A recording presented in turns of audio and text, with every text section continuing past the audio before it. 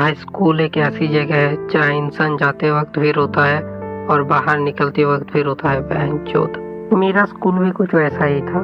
Kind of mini India, जहाँ हर category का इंसान मिल जाता था। Topper, back bencher, poet, athlete और उनके बीच में हम जैसे बस अटेंडेंस के पीछे भागने वाले। स्कूल जाने की सुबह उठना मुश्किल नहीं होता था, उससे पहले आती हुई मम्मी की तेज आवाज से बचना मुश्किल होता था। उठ जा बेटा, स्कूल नहीं जाना। और मैं एक ऐसा चूतिया जिसे अपना ब्रेन स्टार्ट करने के लिए भी और आधा घंटा लगता है, जो साला हर सुबह उठना तो चाहता था आईफोन के स्पीड से, पर उठ पाता था बस नोकिया के स्पीड से। कभी कभी तो मैं बस मन में बोलता था, अरे मम्मी स्कूल का क्या फायदा यार, टीचर खुद ही डाउट में फंस जाता है तो मेरे जैसे इंसान का क्या ही फ्यूचर देखोगे वहाँ पे। ये ना मैं बस मन में ही सोचता था, कहीं बोल नहीं पाया क्योंकि उस साइड से मम्मी की उड़ती हुई चप्पल आने का भी डर था। मैं इन सब सोच में डूबा ही होता था कि इतने में मम्मी की आवाज आती, स्कूल जा चूतिए। मजाक कर रहा था, ऐसा नहीं होता था। मम्मी कहती थी जल्दी तैयार हो, स्कूल नहीं जाना क्या। और फिर जैसे तैसे तैयार हो के हम निकल पड़ते थे स्कूल की ओर। अब स्कूल पहुंचना तो अपने आप में ही एक बड़ी जंग थी, पर उससे भी बड़ी जंग थी स्कूल में एंट्री लेना। एक तो हमारे जैसे जानबूझ के लेट स्कूल पहुंचने वालों का स्कूल में एंट्री होगा या नहीं, ये डिसाइड करता था स्कूल का गेट कीपर। ऊपर से उसका एटीट्यूड ऐसा जैसे साला हॉगवर्ट्स का गेट कीपर हो। और हम जैसे चूतिए कहाँ उसको परेशान करने का कोई मौका छोड़ते थे, जानबूझ के हर दिन स्कूल लेट पहुंचते थे। और एक दिन तो उस गेट कीपर ने परेशान होकर बोल ही दिया, बेटा बंटी का साबुन स्लो था और तुम लोगों का क्लॉक।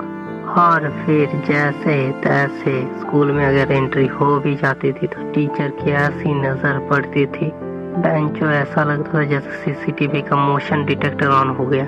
क्लासरूम में घुसते ही एक अलग ही स्मेल आता था, इंक, स्टूडेंट्स का स्वेट, और उन सब के साथ ऐसा लगता था जैसे किसी ने डिसअपॉइंटमेंट का तड़का लगा दिया हो। और भाई अपने टीचर्स तो इतने स्पीड से सिलेबस को खत्म कर देते थे, ऐसा लगता था कि सिलेबस खत्म करके उन्हें ओलंपिक के रेस में दौड़ने जाना है। ये सब देख के मेरा ब्रेन मेरे सर के एक कोने में बैठ के बोलता है, बहन जो तू समझ क्या रहा है, ये तो खुद एलियन लैंग्वेज में बोल रहा है। एक अजीब से डिसअपॉइंटमेंट और इरिटेशन के साथ जब मैं पूरे क्लास में एक बार नजर फिराता था तो देखता था कि फ्रंट बेंचर्स सीरियस नोट बना रहे हैं और बैक बेंचर्स अपने नेक्स्ट प्रैंक की प्लानिंग में लगे पड़े हैं।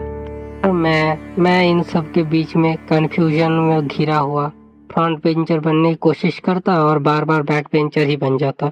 और फिर इतना सारा भसड़ मचने के बाद आता है वो सब्जेक्ट जिससे शायद दुनिया के आधे से ज्यादा स्टूडेंट्स परेशान है, मैथ्स का पीरियड। मैथ्स टीचर जब भी क्लास में आती थी तो मेरे दिल का रिंगटोन बजने लग जाता था।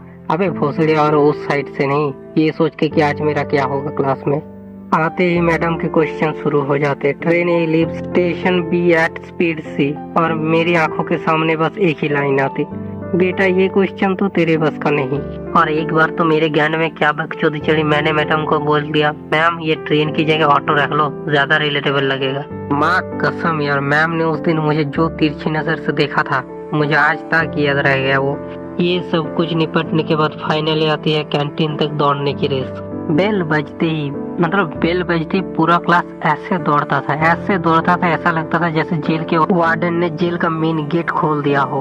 और बहनचोद कैंटीन का खाना खाना कम और कुत्ते की टट्टी ज्यादा होती थी। मतलब उस खाने को खा के अगर कोई सरवाइव कर जाए ना तो एक गैलेंट्री अवार्ड और एक फ्री लाइफ इंश्योरेंस तो मिलना ही चाहिए।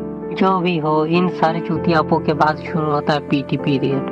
पीटी सर का व्हिसल, एक तो सर उस व्हिसल को इतनी एनर्जी के साथ बजाते थे कि अगर नासा को एनर्जी मिल जाए ना तो बिना फ्यूल के ही रॉकेट उड़ाते वो लोग। पीटी सर अपनी व्हिसल बजाते और चिल्लाते रहते, नॉन स्टॉप 10 राउंड। और मैं और मेरे दोस्तों ठहरे हरामी, हमारे दिमाग में अलग ही चूतियापा चल रहा है। मतलब हम सोच रहे थे कि सर दौड़ने की बात कर रहे हैं या फिर ठोकने की। सर का एक ही मोटो था, फिट रहना जरूरी है, जिसके रिप्लाई में हम बस एक ही बात कहते थे, सर फिट रहने के लिए जिंदा रहना भी तो जरूरी है। मतलब बहन चो, अगर मैं ही निपट गया तो क्या करूँगा फिटनेस का, ज्ञान में घुसाऊंगा फिटनेस। जो भी हो, इतना सब कुछ होने के बाद, इतना सब कुछ सहने के बाद फाइनली बजती है the last ring, the last bell of the school. और यकीन मानो वो बस एक बेल की साउंड नहीं होता था, वो एक ऐसा इमोशन होता था जो मैं तुम्हें क्या क्या नहीं समझा सकता। ऐसा लगता था जैसे बस बेल नहीं बजा, हमारे लिए आजादी का एंथम बज गया। और यहाँ पर सब खत्म नहीं होता, हम बैग उठा के ऐसे भागते थे, ऐसा लगता था जैसे टीचर ने होमवर्क का बम लगा दिया हो पीछे। फिर घर आते ही शाम होते ही खेलने निकल जाना, और खेलते निकलते वक्त ही मम्मी का वो सवाल, होमवर्क किया? और उसके रिप्लाई में हमारा हल्का सा जवाब, करता हूँ ना आके। आज जब स्कूल के पास से गुजरते वक्त उन दिनों को याद करता हूँ तो ऐसा लगता है वो दिन ही बेस्ट थे। आज के मुकाबले जिन दिनों को हम अपने लिए सजा महसूस करते थे, वो दिन ही हमारे जिंदगी का सबसे बेस्ट पार्ट था। आप कोई माने या ना माने, भले ही हम सबके मार्कशीट में अलग अलग नंबर थे, पर हम सबके स्कूल रिलेटेड मेमोरीज तो अनलिमिटेड है।